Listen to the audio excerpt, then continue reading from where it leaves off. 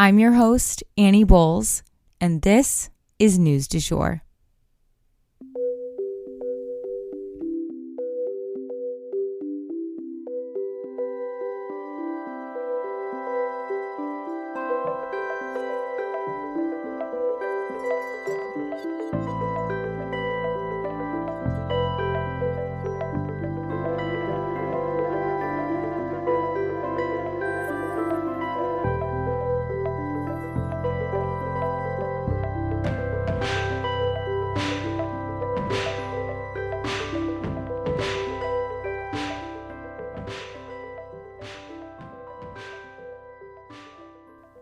Hey everyone, and welcome back to the News du Jour, a calmer space to consume the news.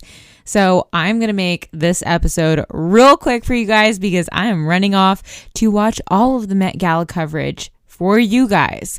Just as a reminder, if anything major goes down at the Met Gala, which is happening right now, we will definitely chat about it. Don't you worry. For our first story today, the House passed a debt limit bill last week, so let's talk about what it means. Basically, Republicans made moves last week in Congress to cap government spending. They've repeatedly called President Biden out for his spending sprees, and now they're pumping the brakes. The House of Representatives barely passed the bill, but it did pass, and what it would do is raise the debt ceiling, but also cut back on spending by 14%. It would also roll back certain parts of President Biden's legislation. Here's what the Speaker of the House, Kevin McCarthy, had to say about this bill. The House Republicans just passed the only bill in Washington that lifts the debt limit, ends wasteful Washington spending, and puts America back on the right economic path. Senator Schumer, if he thinks he's got a plan, put it on the floor. See if you can pass it, and then we can go to conference.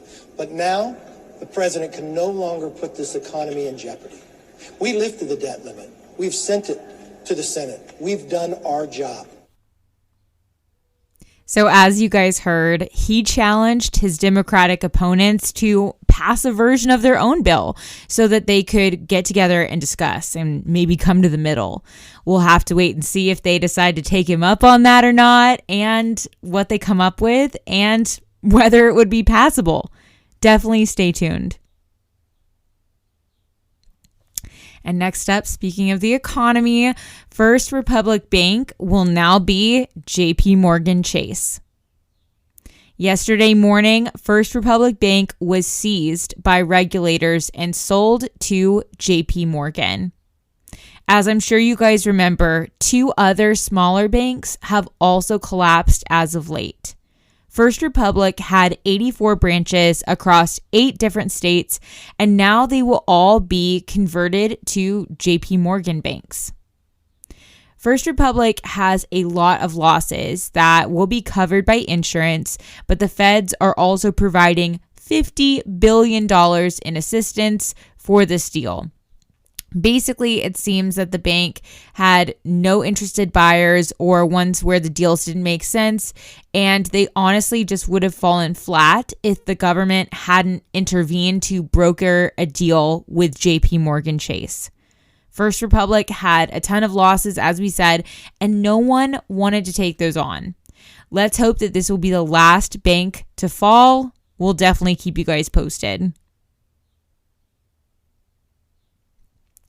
And then before we go for the day, I did want to update you guys about what's been going on in Ukraine. So let's get into it. First up, more bombings by Russia. There have been a couple of rounds of airstrikes over the past few days. Russia struck on Friday and on Monday, and it left many civilians harmed, including children. Schools, homes, and more were damaged or destroyed by the attacks, and Ukraine is not letting this attack slide. Essentially, reports are coming out that they are planning an intense counteroffensive, and they began by wiping out some military areas and military tools that are in Crimea as a first step. We'll definitely keep you guys posted on how this counteroffensive might unfold. Next up in Ukraine news, a train was derailed because of an explosion. So there was reportedly a train that was derailed amid a huge explosion. Only it wasn't in Ukraine, you guys. It was in a border area barely across into Russia. Ukraine did not directly claim responsibility for this blast, leaving things somewhat ambiguous, but that's kind of been their MO throughout the war. If anything goes down actually in Russian territory, and many are suspecting it was Ukraine, they will never come right out and say that it was them. And lastly, for our news about Ukraine, both sides are still claiming Bakhmut. So things are in a bit of a standstill. Basically, this has been going on since the last time we updated you guys about the war. Both sides are claiming to have made progress in the suburb areas of Bakhmut.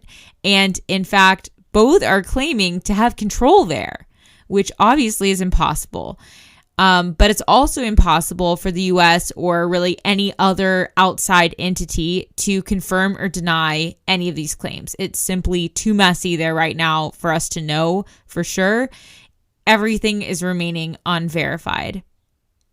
So honestly, things are not that different from where we had left them. Lots of airstrikes, things getting exploded, and Bakhmut at a standstill. So, it honestly makes it feel like it's a dead heat, a standstill, with both sides basically burning through resources as quickly as they can assemble them, which makes the situation feel like almost a waiting game more than anything else. Will one side or the other run out of supplies? Will someone surprise us and pull ahead somehow? Only time will tell, but we'll definitely keep you guys updated throughout the war. And that is the news du jour. Today, I wanted to leave you guys with the quote: "The measure of achievement is not in winning awards. It's doing something that you appreciate and that you believe is worthwhile."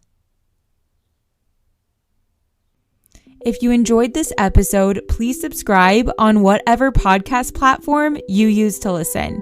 A rate and review or shout out on social media would mean the world to us and help us be able to keep creating the news du jour. But the best way to support all of our work is to become a patron at www.patreon.com/sugarfreemedia. You can also follow us on social media under sugarfreemedia.co on Instagram and just sugarfreemedia, all one word, on TikTok. We appreciate you listening and look forward to telling you about the news again next time on News du Jour. Broadcasting from Oklahoma.